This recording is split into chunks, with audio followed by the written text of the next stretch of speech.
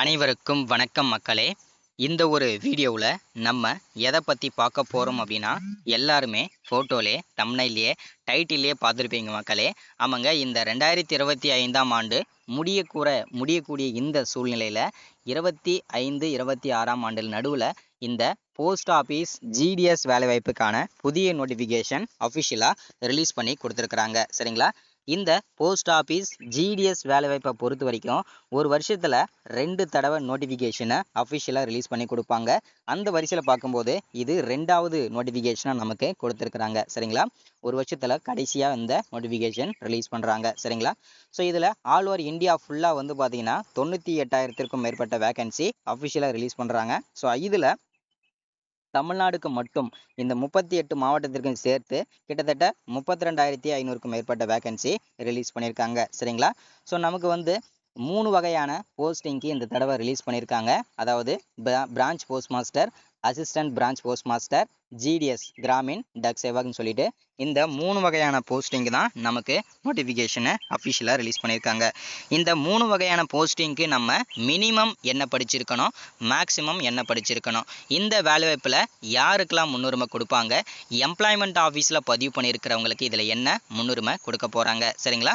So அது மட்டும் இல்லாமல் நிறைய பேருக்கு வந்து இந்த போஸ்ட் ஆஃபீஸ் வேலை 2-3 தடவை அப்ளை பண்ணியும் கிடைக்காம போயிருக்கு. அதற்கான தெளிவான விளக்கமும் இந்த தடவை கண்டிப்பாக நீங்கள் அப்ளை பண்ணிங்கன்னா வேலை கிடைக்கிறதுக்கு நான் உறுதிங்க. ஏன்னா இந்த போஸ்ட் ஆஃபீஸ் வேலையை எந்த இடத்த சூஸ் பண்ணணும், அதே மாதிரி எந்த பிளேஸை சூஸ் பண்ணணும், எந்த போஸ்டிங்கை சூஸ் பண்ணணும், எவ்வளவு மார்க் எடுத்துருக்கிறவங்க எந்த போஸ்டிங்கை சூஸ் பண்ணணும்னு சொல்லிட்டு அக்கு வேறு ஆணி வேறு, அதாவது பார்த்தீங்கன்னா தெளிவாக துல்லியமாக சொல்ல போகிறேங்க. சரிங்களா? ஸோ தொடர்ந்து இதெல்லாம் பார்க்குறதுக்கு முன்னாடி நமது கவர்மெண்ட் ஜாப் டெய்லி அப்டேட் சேனலுக்கு இப்போ தான் நீங்கள் ஃபர்ஸ்ட் டைமாக முதல் முறையாக நமது சேனலை பார்க்குறீங்க, நமது வீடியோவை பார்க்குறீங்க அப்படின்னா மறக்காமல் சப்ஸ்கிரைப் பண்ணிவிட்டு பக்கத்தில் இருக்க பெல் பட்டனை கிளிக் பண்ணி ஆளுன்ற ஆப்ஷனில் போட்டு வச்சுக்கோங்க. அப்போ தான் நம்ம போடக்கூடிய அரசு துறையிலேருந்து வரக்கூடிய எல்லா விதமான கவர்மெண்ட்டோட ஜாப்ஸாக இருக்கட்டும், அப்டேட்ஸாக இருக்கட்டும், நோட்டிஃபிகேஷனாக இருக்கட்டும், எதுவாக இருந்தாலும் சரி நீங்கள் உடனுக்குடனே ஈஸியாகவே துல்லியமாகவே தெரிஞ்சுக்க முடியும். சரிங்களா? ஸோ அது மட்டும் இல்லாமல் உங்களுடைய ஃப்ரெண்ட்ஸ், ரிலேட்டிவ்ஸ், கான்டாக்டில் இருக்கக்கூடியவங்க எல்லாருக்கூடையும் ஷேர் பண்ணிங்கன்னா ரொம்ப பயனுள்ளதாக இருக்குங்க. சரிங்களா? சரி, ஓகே, வாங்க வீடியோக்குள்ளே போயிட்டு இதற்கான முழுமையான வீடியோவும் தகவலும் அப்டேட்டும் என்னன்றதை தெரிஞ்சுக்கலாங்க. சரிங்களா? ஸோ இங்கே தெளிவாக நமக்கு மென்ஷன் பண்ணி சொல்லியிருக்காங்க. என்னென்னா, இந்தியா போஸ்ட் ஜிடிஎஸ் ரெக்ரூட்மெண்ட்டுக்கான புதிய நோட்டிஃபிகேஷன் தாங்க அஃபிஷியலாக கிடச்சிருக்குதுங்க. சரிங்களா?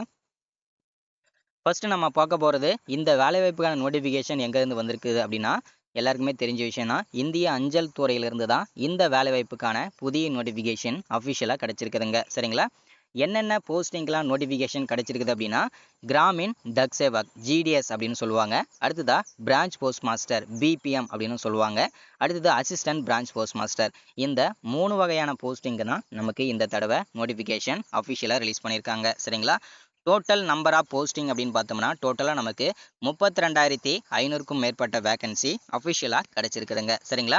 அடுத்ததாக வந்து அப்ளை பண்ணுற மெத்தடை பொறுத்த வரைக்கும் நம்ம ஆன்லைனில் பண்ணணுமா, ஆஃப்லைனில் பண்ணணுமான்னு சொல்லிட்டு நிறைய பேருக்கு சந்தேகம் இருக்கும். இதில் முழுக்க நம்ம ஆன்லைனில் தாங்க பண்ணியாகணும். அடுத்ததாக வந்து ஹவு டு அப்ளை, யாரெல்லாம் விண்ணப்பிக்கலாம் அப்படின்னு கேட்டிங்கனாக்கா, ஆல் இந்தியா ஃபுல்லாக இருக்கக்கூடிய ஆண்கள், பெண்கள் அனைவருமே இந்த போஸ்ட் ஆஃபீஸ் ஜிடிஎஸ் வேலைக்கு நம்ம விண்ணப்பிச்சுக்கலாங்க. சரிங்களா? ஸோ அடுத்ததாக எல்லாருமே எதிர்பார்க்குறது இதற்கான சம்பளம்.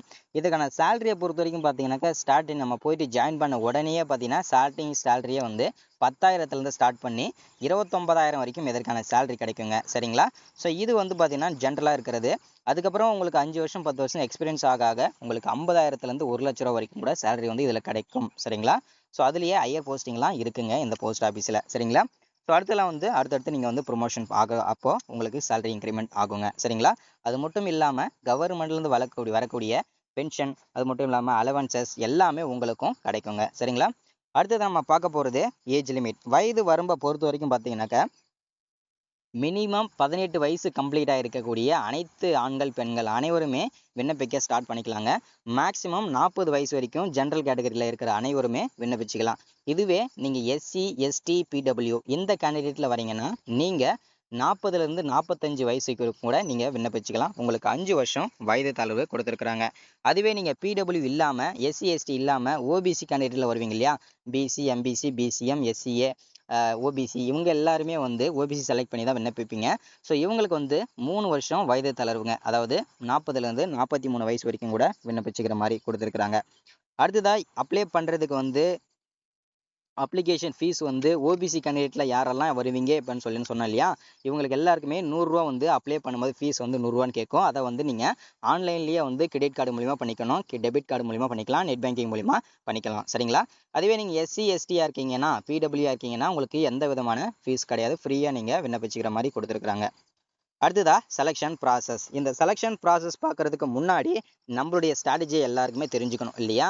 ஸோ நான் சொன்னேன் இல்லையா, எவ்வளோ மார்க் எடுத்துருக்கிறவங்க எனக்கு கண்டிப்பாக அரசு வேலை வேணுன்றவங்க எல்லாருக்குமே இந்த இடத்துல நான் தெளிவாக ஒரு ஆன்சர் பண்ணுறேன். என்னன்னா, கட்டாயம் எனக்கு இந்த போஸ்ட் ஆஃபீஸ் வேலை வேணும், அது 3 போஸ்டிங்கில் எந்த போஸ்டிங்காக இருந்தாலும் பரவாயில்ல அப்படின்னு நினைக்கிறவங்க, எனக்கு தெரிஞ்சு சரிங்களா, ஜிடிஎஸ் கிராமின் டக்ஸ்பேக் இந்த போஸ்டிங்கை நீங்கள் சூஸ் பண்ணீங்கன்னா உங்களுக்கு கிடைக்கிறதுக்கு 95% வாய்ப்புகள் இருக்குங்க. அதுவும் இந்த போஸ்டிங்கை சூஸ் பண்ணிட்டா மட்டும் உங்களுக்கு கிடைக்கிறதுக்கு வாய்ப்புகள் இல்லை. அது ப்ளஸ்ஸாக நீங்கள் என்ன பண்ணணும் அப்படின்னா, இப்போ வில்லேஜ் ஏரியாவாக இருக்கும் இல்லையா, ஒரு மாவட்டம் எடுத்துக்கிட்டிங்கன்னா அந்த மாவட்டத்தில் வந்து நிறைய தாலுகாஸ் இருக்கும். அதில் நிறைய தாலுக்காவில் வந்து பார்த்தீங்கன்னா நிறைய பஞ்சாயத்து இருக்கும். அந்த பஞ்சாயத்தில் வந்து நிறைய போஸ்ட் ஆஃபீஸ்லாம் இருக்கும். ஸோ அதில் வந்து எந்த போஸ்ட் ஆஃபீஸ் வந்து பார்த்தீங்கன்னாக்கா அவுட்டர் ஏரியாவில் இருக்கோ இல்லை வில்லேஜ் ஏரியாவில் இருக்கோ, ஸோ அந்த ஏரியாவை பார்த்து அந்த போஸ்டிங்கை நீங்கள் சூஸ் பண்ணிங்கன்னா தான் உங்களுக்கு இந்த ஜிடிஎஸ் வேலை கிடைக்கிறதுக்கு வாய்ப்புகள் அதிகம். சரிங்களா? ஏன்னா அப்போ தான் வந்து வில்லேஜ் ஏரியாவில் இருக்க நிறைய பேர் வந்து பார்த்தீங்கன்னா இந்த போஸ்டிங்லாம் வந்து சூஸ் பண்ண மாட்டாங்க. ஸோ அதனால் வந்து அந்த மாதிரி இடத்துல வந்து சூஸ் பண்ணிங்கன்னா உங்களுக்கு ஈஸியாக கிடைக்கிறதுக்கு சான்சஸ் இருக்குங்க. அடுத்ததான் இந்த செலெக்ஷன் ப்ராசஸ் வந்து முழுக்க முழுக்க உங்களுடைய 10ஆம் வகுப்பு மார்க்கை வச்சு தான் இதில் செலெக்ஷனே நடக்கும். சரிங்களா? மெரிட் லிஸ்ட்டு போடுவாங்க.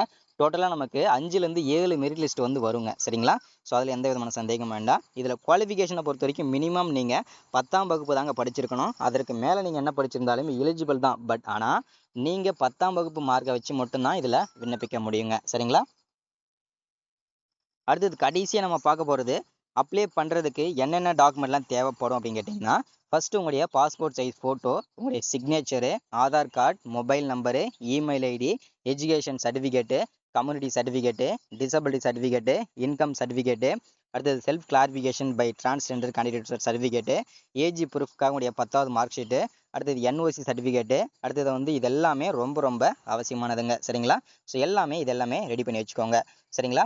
ஸோ அது மட்டும் இல்லாமல் அப்ளை பண்ணுறதுக்கு எந்த டேட்லேருந்து விண்ணப்பிக்கலாம் அப்படின்னா, வரக்கூடிய 5ஆம் தேதி முதல் இந்த போஸ்ட் ஆஃபீஸ் வேலைக்கு விண்ணப்பிக்க ஸ்டார்ட் ஆகுங்க. ஸோ எல்லாருமே அப்ளை பண்ணிடுங்க. Thank you, welcome. மறக்காமல் சப்ஸ்கிரைப் பண்ணுங்கள், லைக் பண்ணுங்கள், ஷேர் பண்ணுங்கள். தேங்க்யூ.